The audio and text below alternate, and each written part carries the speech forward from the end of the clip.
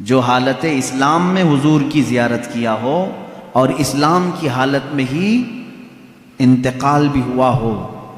حضور اکرم صلی اللہ تعالیٰ علیہ وسلم کو خواہ ایک لمحے کے لیے بھی دیکھا ہو، وہ صحابی ہے. اب اس سے یہ تعریف سے میں کیوں بتانا چاہتا ہوں، کیونکہ رسول کریم صلی اللہ علیہ وسلم کے زمانے میں بہت سارے لوگ تھے. حضور کو دیکھیں، ابو جہل دیکھا ہے، ابو لہب دیکھا ہے، لیکن وہ حالت اسلام میں نہیں دیکھا، انہوں نے کفر کی حالت میں دیکھا. صحابی وہ ہوتا ہے جو حالت ایمان میں دیکھا ہو. اور کچھ وہ لوگ ہیں جو ایمان تو لائے تھے رسول کریم صلی اللہ تعالیٰ علیہ وسلم پر، لیکن حضور کی وفات کے بعد کچھ لوگ اس میں سے مرتد بھی ہوئے ہیں، دین چھوڑ دیے.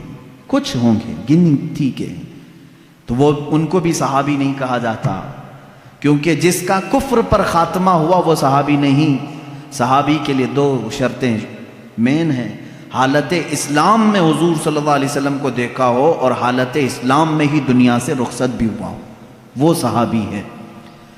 اب صحابی جن کو اللہ تبارک و تعالیٰ نے یہ مقام عطا فرمایا ہے، وہ عام مقام نہیں ہے، بلکہ بزرگوں نے لکھا ہے قیامت تک جتنے اچھے لوگ پیدا ہو سکتے تھے ان سب کو جمع کر کے اللہ نے میرے نبی کا صحابی بنا دیا. ان سے اچھا دنیا میں کبھی کوئی آئے گا نہیں، قیامت تک صحابہ سے اچھا پھر کوئی نہیں آئے گا. جو سب سے اچھے تھے دنیا میں ان کو اللہ تعالیٰ نے رسول اکرم صلی اللہ علیہ وسلم کا صحابی بنایا. ایک بات اور بھی میں آپ کو بتا دوں، اسلام میں پورے امت کا اجماع ہے اس بات پر کہ کسی بھی صحابی کی شان میں گستاخی جائز نہیں. الصحابہ کلہم عدول، جتنے صحابی ہیں سب کے سب عادل تھے، پرہیزگار تھے، ان میں سے ایک بھی بگڑا ہوا یا گمراہ نہیں، ایک بھی صحابی کو. صحابہ کتنے تھے میرے عزیزو؟ آج افسوس ہے کہ اس امت کو صحابہ سے دور کر دیا گیا ہے، اور صحابہ اکرام کی سیرت کی بجائے دوسروں کے کیریکٹر پڑھنے میں ان کو مصروف کر دیا گیا ہے. لوگ ناولیں پڑھ رہے ہیں، بہت سارے لٹریچر پڑھتے ہیں، فلمیں دیکھتے ہیں، ڈائلاگس یاد کرتے ہیں، لیکن ان کی باتیں کیوں نہیں یاد کرتے جنہوں نے اپنی جان کا آخری حصہ بھی میرے نبی کے قدموں میں قربان کیا ہے. ان صحابہ اکرام کے اگر تفصیلی واقعات میں ذکر کروں تو صحابہ کی تعداد تو کم و بیش 1,20,000 یا 24,000 ہے. وہ سب صحابہ ہمارے سروں کے تاج ہیں، جن کے تذکرے احادیث میں آئے ہیں اور کتب تواریخ میں ملتے ہیں. ان میں سے چند کی مثالیں تو میں رکھنا ضروری سمجھوں گا. اور آپ سوچ رہے ہوں گے محرم الحرام کی یہ 10 روزہ مجالس میں پہلی مرتبہ آپ کے سامنے نہیں کر رہا ہوں. مسلسل 5 سال آپ نے اس سے قبل بھی ہبلی میں مجھ سے سنا ہے. اس سال میں نے کچھ عناوین ٹاپکس چینج کر دیے تھے. یہ جو موضوعات ہیں اس کی ایک بڑی وجہ یہ ہے اہل سنت و جماعت اور حق مذہب کیا ہے یہ واضح کرنا آج مجھے ضروری ہے. میرے عزیزوں، پہلے دن سے ہم عقیدے پر گفتگو کر رہے ہیں. ہم کس خدا کے پیروکار ہیں وہ بھی میں نے آپ کے سامنے رکھا، اور ہمارا رسول وہ ہے جس کی تمام کتب ادیان میں سارے جتنے بھی دنیا میں مذاہب آئے سبوں کے مذاہب میں میرے نبی کا تذکرہ موجود ہے. میں نے اس پر بھی آپ سے گفتگو کی ہے. اور اسلام کیا ہے اور قرآن کیا ہے یہ بھی میں نے آپ کو بتایا ہے. ان کے بعد صحابہ اکرام کی محبت ہمارے لیے کتنی اہمیت رکھتی ہے میں آپ کو بتاؤں. اعلیٰ حضرت رضی اللہ تعالیٰ عنہ کے ایک شعر نے ہمارے لیے فیصلہ کر دیا ہے. اہل سنت کا ہے بیڑا پار اصحاب حضور، نجم ہے اور ناؤ ہے عطرت رسول اللہ کی. آپ کو شعر سمجھانا پڑے گا. اعلیٰ حضرت رضی اللہ تعالیٰ عنہ کے ہر شعر کو چاہے سمجھ میں آئے نہ آئے سنی سبحان اللہ کہتا ضرور ہے، کیونکہ اس میں عشق کے کچھ جام بھرے ہوئے ہوتے ہیں، پھر بھی مجھے سمجھانا چاہیے. اللہ کے نبی صلی اللہ تعالیٰ علیہ وسلم نے اپنی زندگی پاک میں 2 جماعتوں کی بڑی فضیلت بیان فرمائی. 2 جماعتوں کی بڑی فضیلت بیان فرمائی. ایک صحابہ کی جماعت ہے اور دوسرے اہل بیت کی جماعت ہے. رسول اللہ صلی اللہ علیہ وسلم کے گھر والے جو ہیں ان کو اہل بیت کہتے ہیں. اور صحابی کی تعریف تو میں نے ابھی بتا دیا کہ جو رسول کریم صلی اللہ علیہ وسلم کو حالت ایمان میں دیکھے ہوں اور حالت ایمان میں ہی دنیا سے رخصت ہوئے ہوں. دونوں کے بارے میں رسول کریم صلی اللہ تعالیٰ علیہ وسلم کا ایک ایک فرمان سن لیجیے. ایک ایک حدیث دونوں کے بارے میں بتا دیتا ہوں. صحابہ کرام کے بارے میں میرے آقا صلی اللہ علیہ وسلم فرماتے ہیں اصحابی کالنجوم بأیہم اقتدیتم اہتدیتم. میرے صحابہ آسمان کے تاروں کی طرح ہیں، تم جس کی بھی پیروی کرو گے ہدایت پا جاؤ گے، جس کے بھی پیچھے چلو گے ہدایت پا جاؤ گے. میرے عزیزو، تاروں سے مشابہت اس لیے دی گئی کہ پہلے دور میں ایسا ہوتا کہ لوگ اپنا راستہ تاروں کو دیکھ کر کے ہی منتخب کرتے تھے. ستارے آج تمہارے لیے دیکھنے کی بھی فرصت نہیں تارے چمک رہے ہیں کہ نہیں چمک رہے ہیں، تمہارے پاس گوگل میپ آ گیا نا. اس زمانے میں جو لوگ لمبے سفر پر ہوتے وہ تاروں کو دیکھ کر کے اپنی سمت متعین کرتے تھے. یہ مشرق کی طرف راستہ جا رہا ہے، مغرب کی طرف، یہ ایسٹ ویسٹ ساؤتھ نارتھ سب وہ تاروں سے منتخب کرتے تھے. عرب اس معاملے میں بہت مشہور بھی تھے، معروف بھی تھے. اتنا ہی نہیں، جو سمندروں کے سفر میں جاتے ہیں اور آج بھی سمندروں کے سفر میں کشتیاں ہوں تو وہ تاروں سے، ستاروں سے اپنے راستے منتخب کرتے ہیں. جو تاروں کا علم رکھتے ہیں انہیں معلوم ہے کہ کون سا تارا چمکتا ہے اور وہ کس سمت میں دکھاتا ہے راستہ. علم نجوم کے جو ماہر ہیں وہ جانتے ہیں. عربی میں تارے کو نجم کہتے ہیں. کیا کہتے ہیں؟ نجم. اور اس کی پلورل ہے، جمع ہے نجوم. نجوم، حضور اکرم صلی اللہ علیہ وسلم نے صحابہ کو کہا یہ نجوم ہیں، ہدایت کے تارے ہیں، تم جس تارے کے پیچھے بھی چلو گے ہدایت پا جاؤ. یہ تارے عام طور پر کہاں پر ہدایت دیتے ہیں؟ کشتی میں، سمندر کے سفر میں بہت زیادہ ان کی ضرورت ہوتی ہے. کیونکہ راستہ چلتے وقت ہو سکتا ہے تم کہیں کسی سے پوچھ کر کے راستہ طے کر لو گے. سمندر کے سفر میں کوئی ملتا نہیں سوائے مچھلیوں کی، کسے راستہ پوچھو گے؟ جب بیچ سمندر میں کشتی پہنچتی ہے تو وہاں ایسٹ ویسٹ ساؤتھ نارتھ کچھ بھی نہیں معلوم پڑتا، جہاز کس طرف جا رہے ہیں. تو وہاں تاروں سے ہی راستہ منتخب کیا جاتا ہے، معین کیا جاتا ہے. ایک حدیث میں نے صحابہ کے متعلق سنائی. دوسری حدیث سنیں. اللہ کے نبی صلی اللہ تعالیٰ علیہ وسلم فرماتے ہیں الا ان مثل اہل بیتی کمثل سفینۃ نوح من رکبها نجا ومن تخلف عنها ہلک او کما قال النبی صلی اللہ علیہ وسلم. اللہ کے حبیب صلی اللہ تعالیٰ علیہ وسلم فرماتے ہیں خبردار، میرے اہل بیت، میرے گھر والے، اہل بیت سمجھتے ہیں نا، میرے اہل بیت نوح علیہ السلام کی کشتی کی طرح ہیں.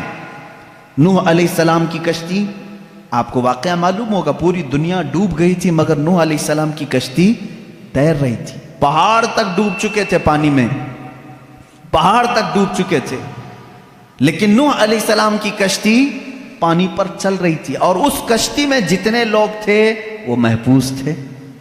اب میرے آقا صلی اللہ علیہ وسلم کی حدیث سنو. فرماتے ہیں رسول کریم صلی اللہ علیہ وسلم میری اہل بیت، میرے گھر والوں کی مثال نوح علیہ السلام کی کشتی کی طرح ہے. جو ان کے ساتھ ہو گیا وہ نجات پا گیا. جیسے جو نوح علیہ السلام کی کشتی میں بیٹھا وہ ہدایت پا گیا، صحیح طریقے سے باہر نکل گیا، اور جو اہل بیت کا دامن پکڑا وہ نکل گیا، یعنی اس دنیا میں گمراہ ہونے سے محفوظ رہا. اب دیکھیں، اس کو کہا ہے کشتی. حضور اکرم صلی اللہ علیہ وسلم نے اہل بیت کو کیا کہا ہے؟ کشتی. اور صحابہ کو کیا کہا ہے؟ نجم، ستارے. ستاروں کی ضرورت اسی وقت ہوتی ہے جب کشتی سمندر میں ہوتی ہے. دونوں کی مماثلت دیکھیں سمندر کے سفر میں. اب یہاں سے ایک بات سمجھ میں آئی کہ اگر تمہیں سمندر کا سفر کرنا ہے اور تم کہتے ہو صرف تارے دیکھ کر کے میں چلوں گا، ڈوب جاؤ گے. تمہیں کیا چاہیے؟ کشتی چاہیے. تارے راستہ تو دکھا سکتے ہیں لیکن سمندر پہ چلنا تمہارے بس کی بات نہیں، کشتی پہ سوار ہونا ہوگا۔ اور اگر کوئی بندہ یہ کہے میرے پاس کشتی ہے، میں کچھ بھی نہیں دیکھوں گا، خود چلوں گا، وہ سمندر میں بھٹکتا پھرے گا، اسے تارے دیکھنا ہی پڑے گا۔ اس کا مطلب ہوا کہ بغیر صحابہ کے بھی دین نہیں چلے گا، بغیر اہل بیت کے بھی دین نہیں چلے گا۔ تم اگر اہل بیت کی محبت کے دعوے دار ہو تو صحابہ کو بھی ماننا ہوگا، اور اگر صحابہ کی محبت کے قائل ہو تو اہل بیت کا دامن بھی نہیں چھوڑنا ہوگا۔ اسی لیے اعلیٰ حضرت نے فرمایا، یہ دونوں لفظ یاد ہو گئے، کشتی کو ناؤ کہتے ہیں، کشتی کو ناؤ، اور صحابہ کو حضور نے نجم کہا ہے۔ اعلیٰ حضرت فرماتے ہیں اہل سنت کا ہے بیڑا پار، اصحاب حضور نجم ہے اور ناؤ ہے اطرت رسول اللہ کی۔ یہ صرف ہم ہیں کہ ہمارے پاس صحابہ کی جماعت بھی ہے اور اہل بیت کی جماعت بھی ہے۔ ہم شیعہ رافضی بھی نہیں اور گستاخ صحابہ بھی نہیں، ہم اہل بیت کے دشمن خارجی بھی نہیں اور صحابہ کے دشمن شیعہ رافضی بھی نہیں۔ الحمدللہ ہم جہاں صدیق اکبر کی امامت کو تسلیم کرتے ہیں وہیں حیدر کرار کی ولایت کو بھی تسلیم کرتے ہیں۔ ہم جہاں سیدہ کائنات فاطمۃ الزہرا رضی اللہ تعالیٰ عنہا کو سلام اللہ علیہا کہتے ہیں، انہیں جنتی عورتوں کی سردار مانتے ہیں، وہیں ام المومنین عائشہ صدیقہ کا بھی احترام کرتے ہیں۔ یہ اہل سنت و جماعت ہے جو درمیانی راستے میں ہے۔ میرے عزیزو، ذرا ادھر ادھر ہو جاؤ گے تو قدم ڈگمگا جائیں گے۔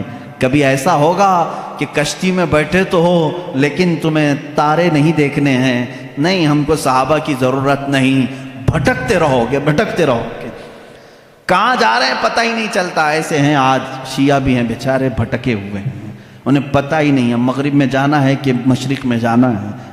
صحابہ کی اگر ہدایت ساتھ ہو تو کشتی پر بیٹھا ہوا آدمی منزل مقصود تک پہنچتا ہے۔ حدیث پاک ہے اللہ اللہ فی اصحابی، حضور اکرم صلی اللہ علیہ وسلم نے فرمایا اللہ سے ڈرو، اللہ سے ڈرو میرے صحابہ کے بارے میں، میرے بعد میرے کسی صحابی کو گالی مت دینا۔ میرے آقا صلی اللہ علیہ وسلم فرماتے ہیں جس نے میرے کسی صحابی کو گالی دی اس نے مجھے گالی دی۔ اللہ کے نبی صلی اللہ تعالیٰ علیہ وسلم کی شان میں کوئی گالی دینا پسند کرے گا؟ خود حضور اکرم صلی اللہ علیہ وسلم نے فرمایا میرے دوستوں میں، میرے صحابہ میں جس کو بھی تم نے گالی دی گویا کہ اس نے مجھے گالی دی۔ آج لوگ اس طرح کی باتوں کو ہلکا سمجھ رہے ہیں۔ بہرحال اس پر میں بعد میں آتا ہوں۔ صحابہ کے مسلک کو لے کر کے آج بہت ساری باتیں ایسی ہیں میرے عزیزو، سنیو، آج تمہیں اپنے ایمان کو مضبوط رکھ کر کے چلنا ہے۔ اب معاشرے میں جیسے وہابیت کے جراثیم پھیلے تھے پہلے ایک زمانہ ہو گیا، 100 سال گزرنے کو آ گئے، لیکن جہاں سعودی ڈھیلا پڑا وہابی بھی ڈھیلے پڑنے لگ گئے، کیونکہ یہ سارا ریال کا کرشمہ تھا اور سب پورے سعودی ریال اور ڈالر سے چلتے تھے۔ ریال کی ویلیو کم ہو گئی، اب وہ آ بھی نہیں رہے، بٹ بھی نہیں رہے، جس کی وجہ سے فتنہ کم ہو گیا۔ لیکن اس کے بعد جو فتنہ جنم لے رہا ہے وہ ایرانیوں کا فتنہ ہے، رافضیوں کا فتنہ ہے، شیعوں کا فتنہ ہے۔ یہ بھولے بھالے سنی مسلمانوں کے ذہن و دماغ میں ان کو معلوم ہے کہ یہ سارے سنی اہل بیت سے ٹوٹ کر محبت کرتے، اہل بیت کے نام پر ان کو گمراہ کر دو۔ وہ اپنے عقائد ہمارے درمیان ڈالنے کی کوشش کر رہے ہیں۔ ظاہر سی بات ہے، میں سیدہ فاطمۃ الزہرا رضی اللہ تعالیٰ عنہ کا نام آئے تو ان کے قدموں پہ جان دینے کو تیار ہوں۔ میں جہاں حسنین کریمین کی بات آئے گردن لے کر میدان میں تیار ہوں۔ ہر سنی کا ہمارا عقیدہ یہی ہے۔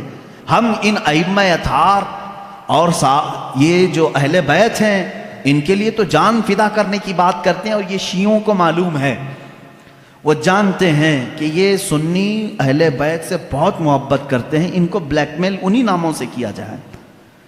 تو یہ آتے ہیں ہمارے درمیان الگ الگ پردے اوڑھ کر کے، الگ الگ لباس اوڑھ کر کے آتے ہیں، اور تمہارے اندر وہ بیکٹیریا، وہ جراثیم ڈالنے کی کوشش کرتے ہیں جو ان کے عقیدے ہیں۔ اگر میں وہ عقیدے کھولوں تو یہاں بڑی طویل بحث چلی جائے گی، میرا ٹاپک ہی ہٹ جائے گا۔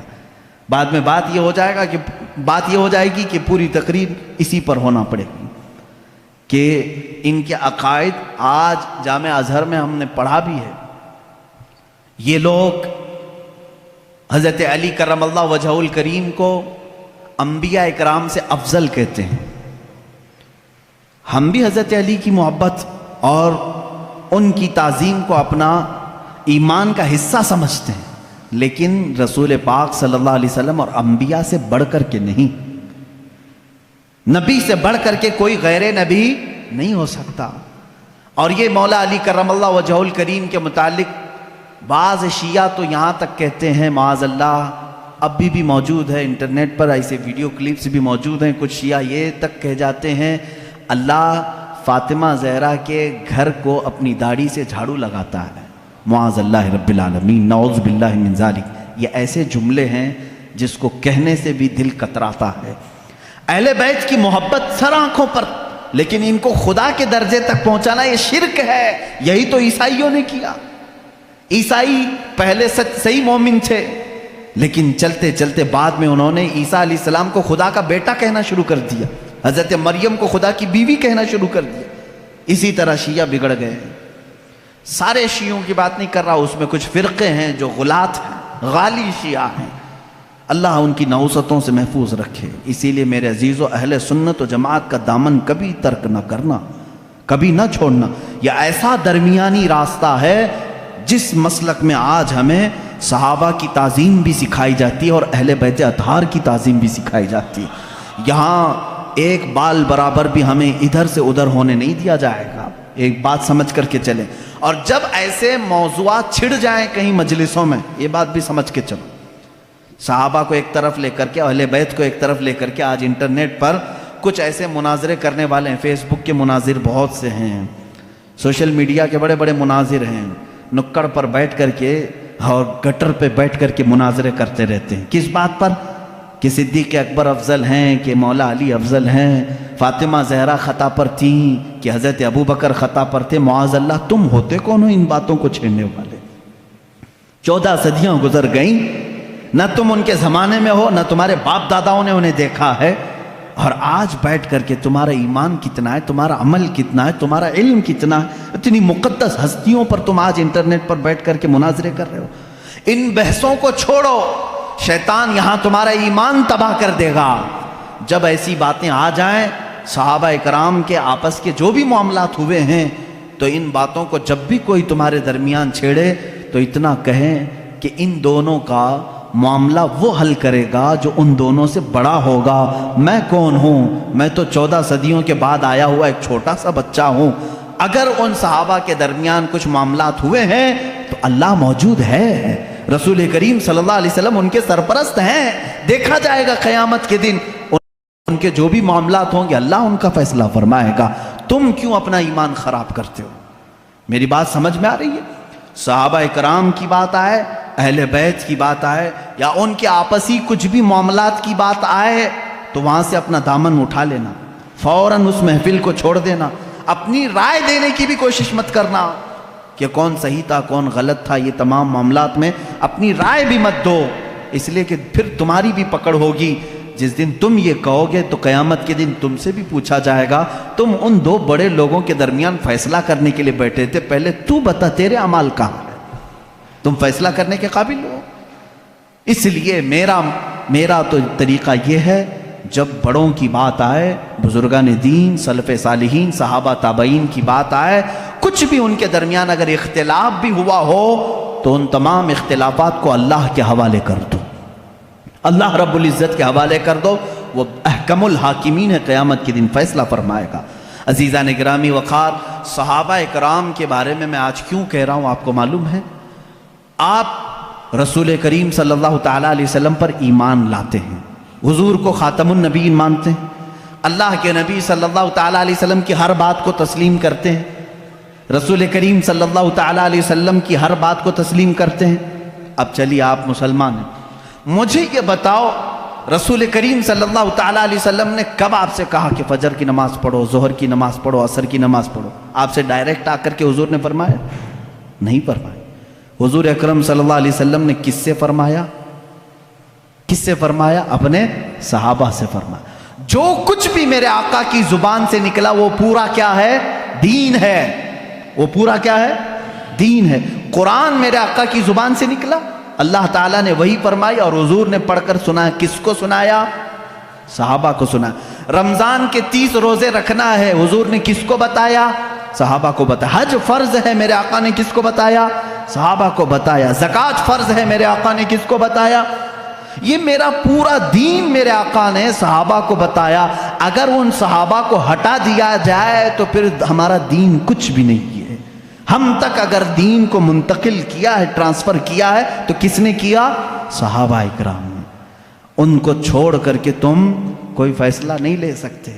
صحابہ اکرام رضوان اللہ تعالی علیہم اجمعین نے روایتیں کی، حضور صلی اللہ علیہ وسلم کی باتیں ہم تک منتقل کی۔ ارے یہ قرآن جس پر کل آپ نے پوری مفصل گفتگو سنی ہے، یہ پورا قرآن بھی اگر محفوظ ہم تک پہنچانے میں بڑا کردار ادا کیا ہے تو صحابہ اکرام نے کیا۔ حضور صلی اللہ علیہ وسلم سے انہوں نے جتنا سنا تھا سب کچھ انہوں نے لکھا اور جمع کیا، اور امت بعد میں آنے والی امت کو یہ امانت پہنچائی۔ اس لیے صحابہ اکرام کے معاملات کو سنو، اور میں آج دعوت فکر دیتا ہوں میرے ہر بچے کو، ہر دوست، میرے ہر بھائی کو، کہ اب دوسروں کی ادھر ادھر کی تاریخ پڑھنے سے بہتر ہے کہ پہلے تم صحابہ کی تاریخ پڑھو۔ یہ تمہیں رسول کریم صلی اللہ تعالیٰ علیہ وسلم کا حقیقی عشق اور محبت سکھاتے ہیں۔ ہم تو تقریروں میں بتاتے ہیں، یہ الگ معاملہ ہے، لیکن صحابہ جو اپنے عمل سے بتاتے ہیں اس کی مثال ملتی نہیں ملے گی۔ رسول کریم صلی اللہ تعالیٰ علیہ وسلم کی جو اطاعت، فرما برداری، جو حضور اکرم صلی اللہ علیہ وسلم کا ادب و احترام انہوں نے کہہ کر کے نہیں کر کے دکھایا ہے، وہ اس کی کوئی بھی مثال آج تک نہیں ملتی۔ چند صحابہ اکرام کی میں باتیں بتاؤں، کتنی محنت، مشقت اور دقت سے یہ اسلام میں آئے اور جمے رہے۔ ان کے بارے میں قرآن کہتا ہے ان الذین قالوا ربنا اللہ ثم استقاموا، بے شک وہ لوگ جنہوں نے کہا اللہ ہمارا رب ہے پھر اس پر جمے رہے، تتنزل علیہم الملائکہ، اللہ فرماتا ہے ان پر رحمت کے فرشتے اتارے جاتے ہیں۔ یہ صحابہ کے بارے میں بات آئی۔ ایک بار جب انہوں نے کہہ دیا اللہ ہمارا رب ہے پھر ہٹتے نہیں تھے، اس سے ہٹتے نہیں تھے۔ آج کی جو موب لنچنگ ہے ان کے ساتھ بھی ہوئی ہے، بلکہ اس سے بھی زیادہ سخت طریقے سے ہوئی ہے۔ صحابہ اکرام رضوان اللہ تعالیٰ علیہم اجمعین کو جو اذیتیں دی گئی، جو مشقتیں دی گئیں، میرے عزیزوں کان کھڑے ہو جاتے ہیں سنتے ہوئے۔ ان میں جو اذیتیں سہنے والے حضرت خباب بن الارت رضی اللہ تعالیٰ عنہ، جب یہ مدینہ طیبہ آئے، حضرت خباب رضی اللہ تعالیٰ عنہ، ان کی پیٹھ پوری گل چکی تھی۔ کس وجہ سے؟ ان کی پیٹھ جب یہ اپنا دامن اٹھاتے تھے تو ریڑھ کی ہڈی دکھتی تھی۔ ان سے صحابہ نے پوچھا تم نے جبہ اٹھایا، یہ ریڑھ کی ہڈی تک کا گوشت کہاں گیا؟ کہتے کہ جب میں ایمان لایا تھا مکہ میں، یہ کفار مکہ مجھے پکڑ کر کے انگار کے کوئلوں پر لٹاتے تھے، اور پھر میرے سینے پر پیر رکھ کر کھڑے ہو جاتے تھے، نیچے سے کوئلے میری چربی سے پگھل جاتے تھے، پھر ان انگاروں کو دہکایا جاتا تھا۔ حضرت عمر فاروق رضی اللہ تعالیٰ عنہ کی آنکھیں بھیگ گئیں، کہنے لگے اے خباب تم اور بلال دونوں نے یہ تکلیفیں اٹھائی ہیں۔ بلال حبشی کے ساتھ بھی یہی ہوتا تھا۔ حضرت خباب نے کہا بلال حبشی کو تو آزاد کرانے کے لیے ابو بکر صدیق آئے تھے، لیکن مجھے تو آزاد کرانے والا کوئی بھی نہیں تھا۔ حضرت خباب رضی اللہ تعالیٰ عنہ کو مسلسل 3 سال تک جلایا گیا ہے، 3 سال تک جلایا گیا ہے، پکڑے جاتے تھے، بار بار پکڑتے تھے، ان کو جلاتے تھے۔ حضرت بلال حبشی رضی اللہ تعالیٰ عنہ کا ایمان تو دیکھیں، ان کا آقا امیہ تھا، صرف اس بات پر کہ یہ رسول کریم صلی اللہ علیہ وسلم پر ایمان لائے۔ اچھا جو سب سے پہلے 6 لوگ اسلام لائے، سب سے پہلے جو 6 لوگ اسلام لائے ان میں سے ایک نام حضرت بلال حبشی کا ہے، سٹارٹنگ بالکل، جس میں حضرت ابو بکر صدیق رضی اللہ تعالیٰ عنہ، حضرت علی کرم اللہ وجہہ الکریم، سیدہ خدیجہ الکبریٰ رضی اللہ تعالیٰ عنہ، حضرت زید رضی اللہ تعالیٰ عنہ، حضرت بلال حبشی رضی اللہ تعالیٰ عنہ، ان کے نام آتے ہیں۔ یہ وہ لوگ ہیں جو سب سے پہلے ایمان لانے والوں میں سے۔ حضرت بلال کو ان کا آقا پکڑتا تھا اور وہ کہتا تھا کیا میں تیرا رب نہیں ہوں؟ حضرت بلال کہتے تھے نا، ربنا اللہ، ہمارا رب تو اللہ ہے، تو رب ہو ہی نہیں سکتا۔ اس کے غلام تھے وہ، اس وقت غلامی کا دور تھا، آقا جو کہے غلام کو ماننا پڑتا تھا۔ وہ اپنے 2 بدماش بیٹوں کے ہاتھ میں دے دیتا تھا حضرت بلال رضی اللہ تعالیٰ عنہ کو، ایک بڑے ڈرم میں وہ ڈال کر کے دن بھر اس کا ڈھکنا بند کر کے رکھتے تھے، بڑے سے ڈرم میں ڈال کر کے اس کا ڈھکن بند کر کے رکھتے تھے، شام کو کھولتے تھے بغیر کھانا پانی دیے ہوئے، پھر ان کو مارتے تھے مسلسل۔ اور ایک دن تو اوباش لڑکوں کے ہاتھ میں ان کے آقا نے پیر میں رسی باندھ کر کے دے دیا، وہ بدماش لڑکے مکہ کی گلیوں میں حضرت بلال کو کھینچتے ہوئے لے جاتے تھے، اور وہ مکہ کی تپتی ہوئی گلیاں جب دھوپ چلچلاتی رہتی تھی اس میں حضرت بلال کو ننگی پیٹ وہ کھینچتے ہوئے لے جاتے تھے، اور مکہ والے یہ منظر دیکھنے کو جمع ہوتے تھے تو سارے لوگ آتے تھے تو حضرت بلال مسکرا کر کہتے تھے اے مکہ والو اللہ ایک ہے، اللہ ایک ہے۔ یہ اس زمانے میں کہہ رہے تھے جب ہر جگہ بتوں کی پوجا تھی، مکہ میں خانہ کعبہ کے اندر بت رکھے گئے تھے، خانہ کعبہ کے اندر بت تھے، ان کے درمیان بلال حبشی اعلان کر رہے تھے اے میرے عزیزو، ان کے ایمان کو ہم میں سے کون پہنچ سکتا ہے؟ آج ہم پر تھوڑی سی آفت بھی نہیں ٹوٹی کہ لوگ اپنا اسلام چھپانا شروع کر دیے، آج لوگ مصلحت کی بات کرنے لگ گئے۔ زمانہ ایسا ہے مولانا، اب تو سوچ سمجھ کے چلنا پڑتا ہے۔ میرے بھائی اب کی بات کر رہے ہو، کیا بلال حبشی کا زمانہ اچھا تھا؟ وہ زمانہ کتنا خطرناک تھا، کیا وہ زمانہ آج ہے تمہارے ساتھ؟ لوگ آج ہم سے کہتے ہیں نہیں اب ویسا نہیں چلے گا، اب تھوڑا سا زمانہ بدل گیا۔ اب زمانہ بدلا نہیں، یہ اللہ کا شکر ادا کرو کہ اب بھی اللہ نے تمہیں سجدوں کی اجازت دی ہے، یہ مہلت رکھی ہے، آزادی ہے آج بھی، پھر بھی تم مصلحت کی بات کرتے ہو۔ نہیں، سب کو راضی کرنے کے لیے اس بلال حبشی کو قیامت کے دن تمہیں منہ دکھانا ہوگا جو سارے بتوں کے بیچ میں کھڑے ہو کر کے کہتے تھے ربنا اللہ، ہمارا رب اللہ ہے، اللہ احد اللہ احد، اللہ ایک ہے، اللہ ایک ہے۔ انہیں مارا جاتا تھا، اتنا مارا گیا حضرت بلال حبشی رضی اللہ تعالیٰ عنہ کو کہ پورے جسم میں اس کے داغ تھے، پورے جسم میں داغ تھے۔ اور ایک صحابی حضرت یاسر رضی اللہ تعالیٰ عنہ، یہ تو یمن سے چلے تھے اپنے گمشدہ بھائی کو ڈھونڈنے کے لیے، یہ آئے مکہ میں بھائی کو ڈھونڈنے کے لیے آئے تھے، ان کا ایک بھائی گم ہو گیا تھا، لیکن جب رسول کریم صلی اللہ علیہ وسلم کو دیکھے تو واپس نہ جانے کی بات کر کے وہیں ٹھہر گئے۔ وہ یمن کے رہنے والے تھے، کہا کہ اب اس زمین کو چھوڑ کر نہیں جاؤں گا، کہ اس لیے کہ اس چہرے کو دیکھنے میں آنکھوں کا ایک سکون ہی الگ ہے۔ وہ اپنے گمشدہ بھائی کو ڈھونڈنے کے لیے آئے تھے، حضرت یاسر رضی اللہ تعالیٰ عنہ ایمان لائے، اور وہیں پر ان کا نکاح ہوا حضرت سمیہ سے۔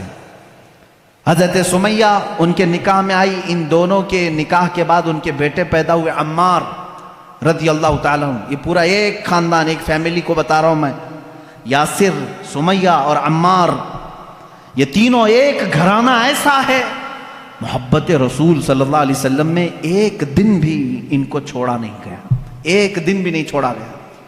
یہ مکہ کے ابتدائی حالات میں بتا رہا ہوں آپ کو، جب حضور اکرم صلی اللہ علیہ وسلم کے صحابہ میں صرف 40 صحابہ بھی ابھی نہیں تھے، اور سخت ترین اذیتیں کفار دیتے تھے، جہاں کسی کو پاتے اور خبر ہو جاتی کہ یہ محمد صلی اللہ علیہ وسلم کے دین پر آ گیا ہے، اس کے ساتھ بہت برا سلوک کرتے تھے۔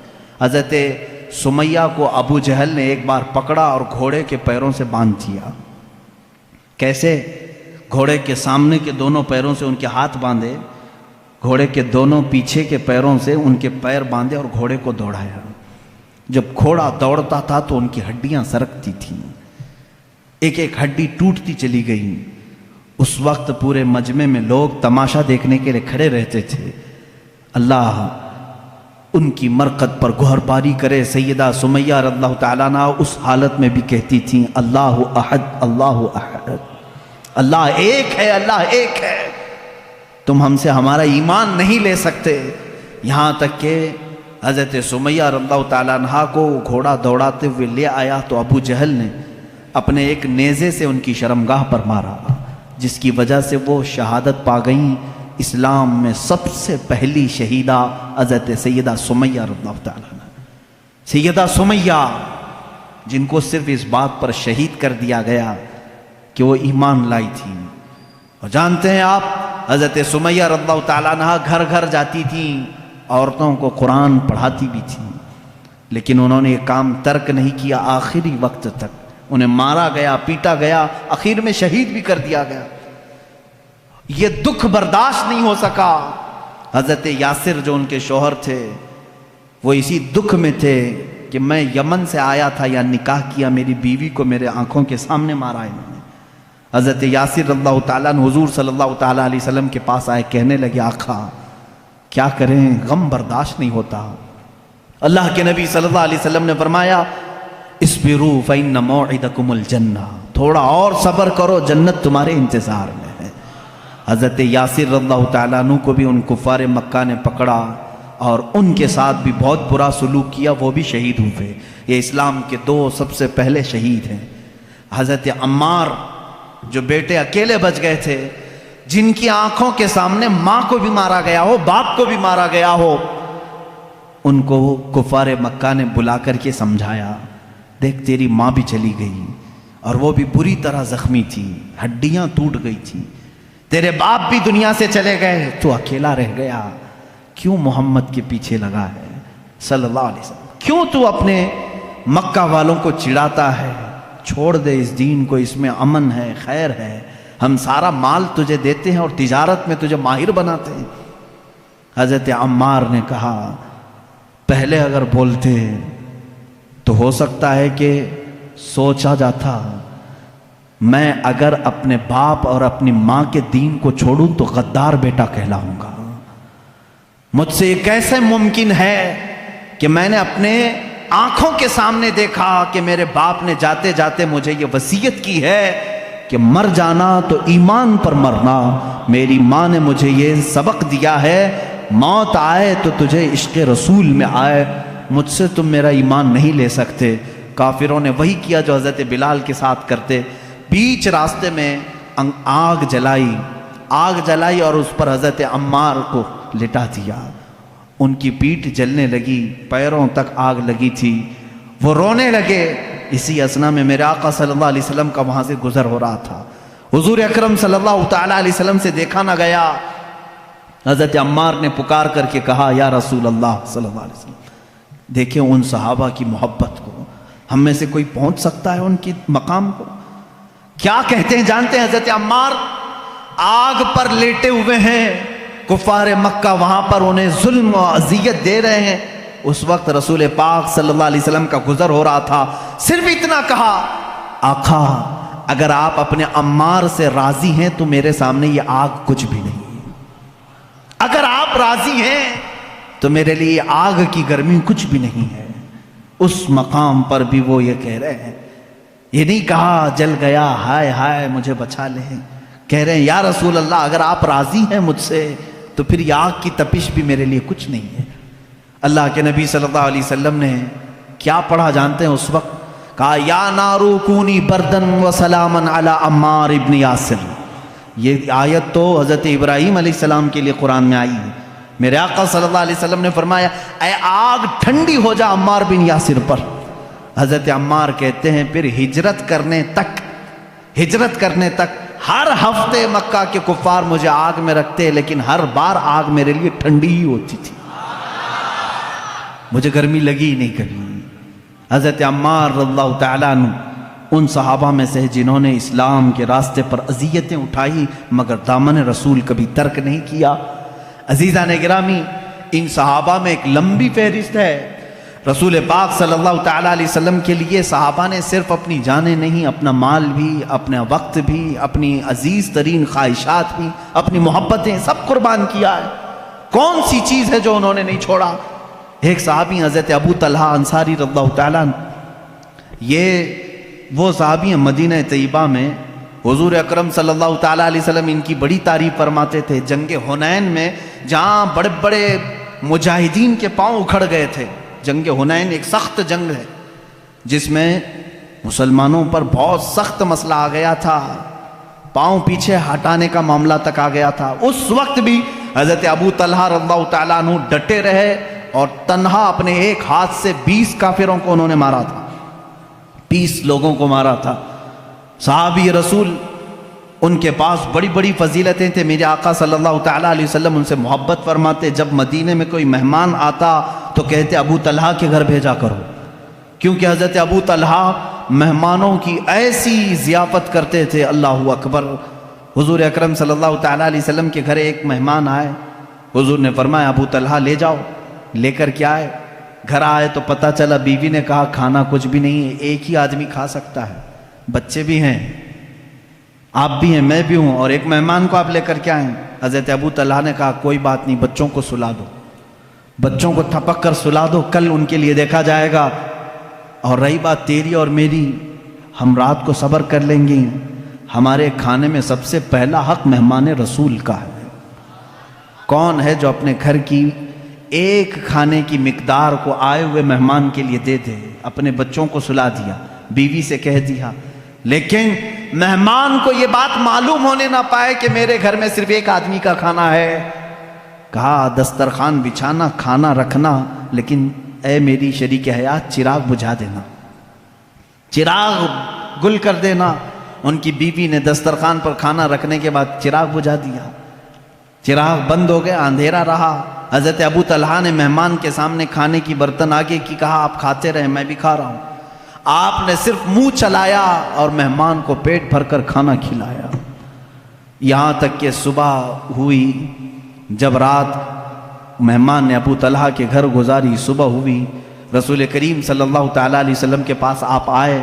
میرے آقا صلی اللہ تعالیٰ علیہ وسلم نے مسکرایا اور ان کا استقبال کیا۔ ابھی کچھ بات ہوئی نہیں، حضور اکرم صلی اللہ علیہ وسلم نے فرمایا ابو طلحہ جبرائیل آئے تھے کل رات تمہارے گھر، جو ہوا مجھے بتا کر گئے کہ اللہ تبارک و تعالیٰ نے تمہارے لیے جنتی دسترخوان بچھایا ہے، جو اپنے حبیب کے مہمان کو اپنے گھر میں ذرا وقت کے لیے شرمندہ ہونے نہیں دیتا، مولا اس ابو طلحہ کو کبھی زندگی میں شرمندہ نہیں کرے گا۔ یہ میرے آقا کی دعا تھی۔ اس ابو طلحہ رضی اللہ تعالیٰ عنہ کی بات میں کروں، مدینہ طیبہ کے قریب میں ان کا ایک باغیچہ تھا۔ یہ ایک دو صحابہ نہیں جو باغیچے رکھتے تھے، بڑے بڑے رئیس صحابہ بھی ہیں، اس میں سے حضرت ابو طلحہ انصاری رضی اللہ تعالیٰ۔ ان کے باغیچے کی خصوصیت یہ تھی کہ انہوں نے الگ الگ قسم کے درخت لگائے تھے، ورنہ مدینے میں سب کھجور کے درختوں والے باغیچے، ان کے باغیچے میں رنگ برنگے پھول بھی ہوتے تھے۔ ایک دن نماز پڑھ رہے تھے اپنے باغیچے میں، ایک پرندہ آیا اور بیٹھا، بڑا باغیچہ تھا اور ان کے باغیچے کو لوگ دیکھنے کے لیے آتے تھے، ابو طلحہ رضی اللہ تعالیٰ عنہ کے۔ ایک پرندہ آیا نماز پڑھنے کے وقت، اور وہ بڑا خوبصورت پرندہ تھا، اس کی آواز بھی میٹھی تھی۔ وہ ایک ڈالی سے دوسری ڈالی، دوسری ڈالی سے تیسری ڈالی، اس طرح سے اچھل کود کر رہا تھا۔ آپ کو وہ بڑا اچھا لگا، آپ نماز کے حالت میں ہی اس کی طرف متوجہ ہو گئے۔ ہوتا ہے تھوڑی سی آواز آئے سب کی گردن پھر جاتی ہے، انسانی فطرت کا تقاضا ہے۔ حضرت ابو طلحہ رضی اللہ تعالیٰ عنہ اس پرندے کی آواز کی طرف متوجہ ہو گئے، یہاں تک کہ ظہر کی نماز تھی غالباً، اس کی آواز میں ایسا متوجہ ہو گئے کہ بھول گئے کتنی رکعت ہوئی تھی، 2 پڑھے تھے کہ 3 پڑھے تھے۔ آپ کو شک ہو گیا کہ میری 2 رکعت ہوئی کہ 3 رکعت ہوئی۔ پرندے کے چہچہانے نے مست کر دیا۔ پھر آپ نے سلام پھیرا، اپنی نماز پھر دوبارہ مکمل کر لی۔ دوڑتے ہوئے میرے آقا صلی اللہ علیہ وسلم کے پاس آئے، کہا یا رسول اللہ صلی اللہ علیہ وسلم، آپ کی بارگاہ میں خبر دینے آیا ہوں، آپ کو معلوم ہے میرا سب سے حسین باغیچہ ہے مدینے کے گرد و نواح میں؟ کہا ہاں معلوم ہے۔ حضرت ابو طلحہ نے کہا یا رسول اللہ صلی اللہ علیہ وسلم، آج میں اسی باغیچے میں نماز پڑھ رہا تھا، ظہر کے وقت ایک پرندہ چہچہانے لگا، میرا خیال اس طرف ہو گیا۔ کہا کیا ہوا پھر؟ کہا اس کی طرف اتنا متوجہ ہو گیا کہ میں نماز میں اپنی رکعت بھول گیا، لیکن یا رسول اللہ صلی اللہ علیہ وسلم بعد میں نے اپنی نماز کو درست کر لیا، لیکن آپ کی بارگاہ میں آج اس لیے آیا ہوں آپ گواہ ہو جائیں، اس پورے باغیچے کو میں نے صدقہ کر دیا۔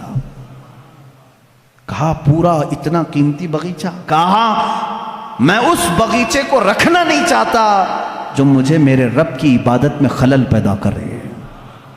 میں اگر وہاں نہ گیا ہوتا، نہ وہ پرندہ آیا ہوتا، پورے درختوں کے باغیچے کو انہوں نے صرف اس بات پر وقف کر دیا، صدقے میں دے دیا۔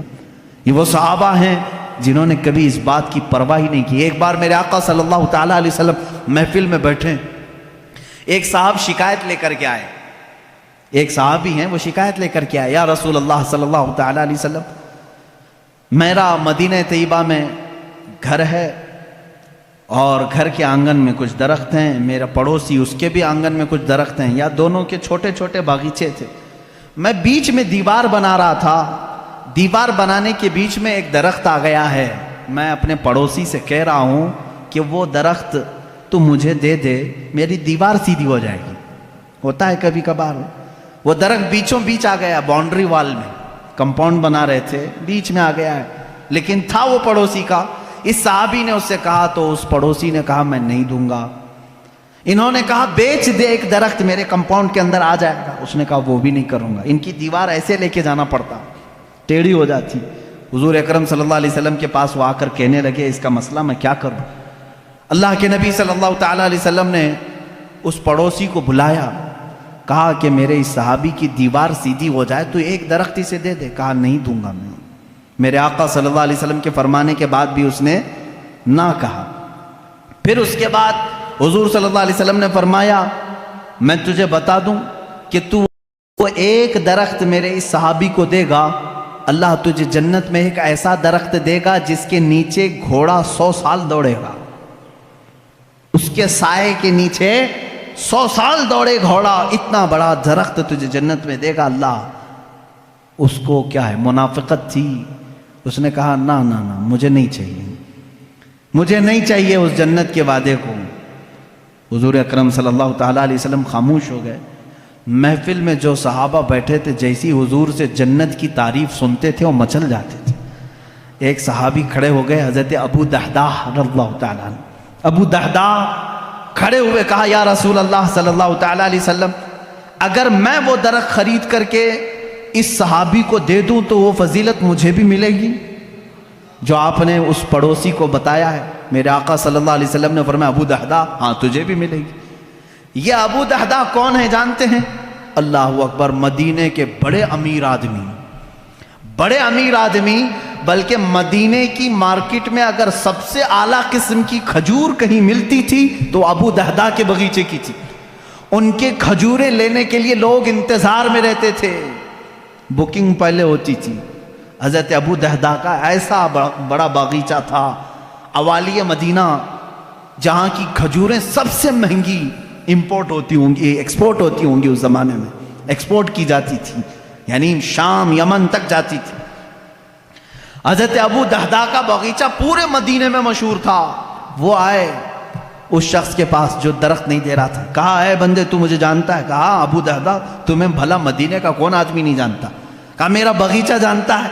کہا ہاں کیوں نہیں۔ اس باغیچے کی خصوصیت یہ، وہ خود بولنے لگا، وہ منافق، کہ ابو دحداح تیرا باغیچہ مدینے کا سب سے قیمتی باغیچہ ہے، اس کی کھجوریں لینے کے لیے لوگ انتظار میں کھڑے رہتے ہیں، اور پلس اس میں یہ ہے کہ انہوں نے ایک بڑا بہت ہی عالیشان گھر بنایا تھا اس باغیچے کے اندر، اور اسی میں ایک کنواں بھی تھا جو میٹھے پانی کا تھا، ایک نہر جاری کر دی تھی، ایک بہت حسین و جمیل ماحول اس باغیچے کے اندر تھا۔ وہ منافق خود کہہ رہا ہے مجھے معلوم ہے تمہارے باغیچے کو۔ حضرت ابو دحداح نے کہا میں وہ پورا باغیچہ دیتا ہوں، وہ ایک درخت دے گا؟ اس نے کہا یہ کیا پاگل پن ہے، ایسی بھی کوئی بات ہو سکتی ہے؟ ابو دحداح کا باغیچہ اور میرا ایک درخت، وہ بھی کمپاؤنڈ کے بیچ میں آ رہا ہے۔ حضرت ابو دحداح سے اس نے کہا کیا یہ بات تو ہوش و حواس میں کہہ رہا ہے؟ کہا جب بھی رسول پاک کے پاس ہوتے ہیں مکمل اعتماد کے ساتھ بات کرتے ہیں، یہاں دنیا کا اللہ کا سب سے آخری رسول موجود ہے، یہ میرے گواہ ہیں۔ اس نے کہا فوراً دے دو۔ حضور صلی اللہ تعالیٰ علیہ وسلم سے انہوں نے کھڑے کھڑے تجارت کر دی، کھڑے کھڑے وہیں پر۔ اس منافق نے کہا میں نے ایک درخت بیچ دیا۔ حضرت ابو دحداح نے کہا میں نے اپنا پورا باغیچہ تجھے بیچ دیا۔ ہو گئی بات۔ ابو دحداح آئے، باغیچے میں گھر بھی تھا، بیوی بھی تھی، بچے بھی تھے، سامان بھی تھا۔ دروازے پر کمپاؤنڈ کے باہر کھڑے باغیچے کے پکارنے لگے اپنی بیوی کو، ام دحداح میں نے یہ باغیچہ آج بیچ دیا ہے۔ عورتوں کے معاملات تو معلوم ہوں گے آپ کو، اپنے مردوں کی کوئی چیز بیچنے کہاں دیتی، لیکن وہ صحابیہ تھی، اندر سے کہتی ابو دحداح تم بڑے تاجر آدمی ہو، کچھ بھی سودا کرو گے تو فائدے کے بغیر تو نہیں کرو گے، مجھے یقین ہے کوئی نفع کی تجارت کر کے آئے ہوگے، نفع کی۔ ابو دہدہ نے کہا ہاں بالکل تو نے صحیح گمان کیا، میں نے نفع کی ہی تجارت کی ہے۔ ام دہدہ نے کہا بیچ دیا؟ کہا ہاں، جلدی سے اپنا سامان اٹھا اور باہر نکلا، اب ہماری ملکیت میں نہیں ہے یہ باغیچہ، اب ہماری ملکیت میں نہیں۔ وہ جلدی جلدی سامان اٹھانے لگی اور دروازے پر ابھی آئی نہیں تھی، پوچھا کتنے میں بیچا، کتنے میں بیچا؟ بیوی کو بتانا تو ہوگا۔ ابو دہدہ باہر ہی کھڑے کہنے لگے رسول اللہ صلی اللہ علیہ وسلم کے پاس تجارت ہوئی ہے، میں نے یہ پورا باغیچہ ایک ایسے درخت کے بدلے میں بیچا ہے جس کے سائے میں گھوڑا 100 سال دوڑے گا۔ وہ چیخنے لگی، چلانے لگی، کہا ابو دہدہ میں نے صرف تجھ کو دنیاوی تجارت میں ماہر سمجھا تھا، تو آخرت کا بھی تاجر نکلا۔ اپنے شوہر پر ایسا یقین رکھنے والی خاتون سامان لے کر باہر نکل آئی۔ یہ نہیں کہا بچے کہاں رہیں گے، کہاں گھر بنے گا، کچھ نہیں، سب چھوڑ کر باہر نکل آئی، اور پلس یہ کہہ رہی ہیں تو آخرت کا بھی ماہر تاجر نکلا۔ میرے آقا صلی اللہ علیہ وسلم کے پاس آئے اپنی بیوی اور بچوں کو لے کر کے، کہا یا رسول اللہ میں نے اسے سپرد کر دیا، اپنے اس صحابی سے کہیں اپنی دیوار سیدھی کر لے اور اپنا درخت اندر کر لے۔ اب پھر پوچھنے لگے یا رسول اللہ صلی اللہ علیہ وسلم اب وہ جو آپ نے وعدہ کیا تھا وہ ایک درخت میرا پکا ہے نا؟ حضور صلی اللہ علیہ وسلم نے فرمایا نہیں۔ اب یہاں بات، کبھی کبھار میرے آقا صلی اللہ تعالیٰ علیہ وسلم تفریح قلب کے لیے فرماتے تھے۔ ابو دہدہ کے ہوش و حواس بھاگتا ہو گئے، کھڑے ہو گئے کہ آقا پورا باغیچہ دے آیا ہوں۔ ابو دہدہ پوچھ رہے ہیں آقا میرا وہ ایک درخت پکا ہے جو آپ نے فرمایا؟ حضور نے فرمایا نہیں ابو دہدہ، وہ تو ایک درخت کے بدلے میں تھا، وہ تو ایک درخت کے بدلے میں تھا، تو پورا باغیچہ دے آیا ہے۔ اب میرے مولا نے مجھے وہی کر کے بتایا ہے ابو دہدہ کو جنت میں وہ باغیچہ دوں گا جس کے درختوں کی کوئی گنتی بھی نہیں کر سکے گا۔ حضور صلی اللہ علیہ وسلم فرما رہے ہیں میں تیرے باغیچے کے درختوں کی گنتی دیکھ رہا ہوں۔ حضرت ابو دہدہ اسی وقت کہے فزت برب الکعبہ، رب کعبہ کی قسم میں کامیاب ہوں۔ یہ یقین اگر کسی کے پاس تھا تو وہ صحابہ کی زندگی میں تھا، اگر رسول فرما دے تو انہیں 100% یقین ہوتا۔ میرے آقا نے فرمایا ہے تو مجھے مل کے رہے گا۔ عزیزان گرامی، احادیث رسول اگر تمہیں کسی بات کی طرف بلاتی ہیں تو دنیا کو ٹھوکر مار دینا، کیونکہ میرے نبی نے جو وعدہ فرمایا ہے وہ حق ہے اور 100% حق ہے۔ اس طرح کئی صحابہ ہیں جنہوں نے اپنی تمام چیزیں وار دی میرے آقا صلی اللہ علیہ وسلم کی۔ حضرت عثمان ابن عفان رضی اللہ تعالیٰ عنہ ایک بار نہیں کئی مرتبہ، انشاءاللہ العزیز خلفائے راشدین کی سیرت میں کل عرض کروں گا، میں ان کی قربانیوں کے متعلق بھی آپ کے سامنے کچھ باتیں رکھنے کی کوشش کرتا ہوں۔ یہاں وہ صحابہ حضرت صہیب رومی رضی اللہ تعالیٰ عنہ روم سے چل کر مکہ میں آئے تھے، شروع میں آئے تھے تو غلام بن کر کے آئے تھے، پھر آزاد ہوئے، پھر تجارت کرنے لگے، اتنا کمائے کہ مکہ میں ایک بڑے امیر بن گئے، جائیداد خریدا، پراپرٹی بنائی، مالدار ہو گئے اور ایمان لے آئے۔ رسول کریم صلی اللہ علیہ وسلم جب ہجرت کر کے مدینے چلے گئے، حضرت صہیب مکہ میں ہی رہ گئے۔ انہوں نے یہ طے کیا کہ نہیں، مجھے بھی اب مکہ چھوڑ کر اس جلوہ جہاں آرا کو دیکھنے کے لیے نکلنا ہے۔ جب وہ جانے لگے تو مکہ والوں نے گھیر دیا، کہا کہ اے صہیب تو جب آیا تھا تو تیرے پاس کچھ بھی نہیں تھا، تو نے سب کچھ مکہ سے کمایا ہے، تو ہمارا مال ہم تو لے جانے نہیں دیں گے۔ انہوں نے آدھی جائیداد لکھ کر کے دے دی مکہ والوں کو، مفت میں میری آدھی جائیداد لے لو اور مجھے جانے دے دو۔ آدھی جائیداد انہوں نے لے لی، اور اس کے بعد حضرت صہیب رومی رضی اللہ تعالیٰ عنہ نکلنے لگے۔ گنڈے مکہ کے پھر بیچ راستے میں آئے، پکڑ لیے، ان کو مارنا شروع کیا، ان کو جگہ جگہ سے مارا کہ ناک ان کی پھٹ گئی۔ ان کی آدھی جائیداد ابھی مکہ میں باقی تھی۔ حضرت صہیب رومی رضی اللہ تعالیٰ عنہ نے یہاں تک کہ وہ اپنی باقی آدھی جائیداد بھی جو کئی سالوں میں انہوں نے کمائی تھی، مکہ والوں سے کہا کہ یہ بھی میں نے دے دیا، اس پر میرا کوئی حق نہیں، بس مجھے قدم رسول میں بیٹھنا مل جائے۔ اتنا ہی نہیں، مکہ والوں نے ان کے جسم پر موجود کپڑے بھی اتار دیے، کپڑے پھاڑ دیے، اور وہ صرف 2 چادروں میں مدینہ طیبہ تشریف لائے۔ میرے آقا صلی اللہ تعالیٰ علیہ وسلم کی بارگاہ میں رہے، اصحاب صفہ کے ساتھ بیٹھتے رہے، اور میرے آقا صلی اللہ تعالیٰ علیہ وسلم کی بارگاہ میں جو کچھ بھی آتا تھا وہ حضور ان صحابہ پر صدقہ کرتے، اسی پر گزر بسر ہوتا تھا۔ حضرت صہیب رومی رضی اللہ تعالیٰ عنہ زندگی بھر کبھی واپس مکہ کی وہ جائیداد لینے کے لیے نہیں گئے کہ میری کروڑوں کی جائیداد تھی میں واپس جا کر کے لے لوں، ناحق انہوں نے میری جائیدادوں پر قبضہ کیا ہے، نہیں گئے۔ عزیزان گرامی، اس طرح سے حضرت عبداللہ ذوالبجادین رضی اللہ تعالیٰ عنہ، ایک صحابی عبداللہ ذوالبجادین، ان کے ساتھ بھی یہی ہوا۔ یہ نوجوان تھے، حسین و جمیل تھے، اور جب یہ نکلنے لگے تو ان کے ساتھ بھی ایسا ہی ہوا کہ ان کو ان کے ماں باپ نے، ان کے گھر والوں نے اتنا مارا، ان کے جسم سے کپڑے نکال دیے، اور یہ میرے آقا صلی اللہ تعالیٰ علیہ وسلم کی بارگاہ میں پہنچے۔ اللہ کے نبی صلی اللہ تعالیٰ علیہ وسلم نے اپنی چادر عنایت کی اور اسی میں وہ زندگی گزارتے رہے۔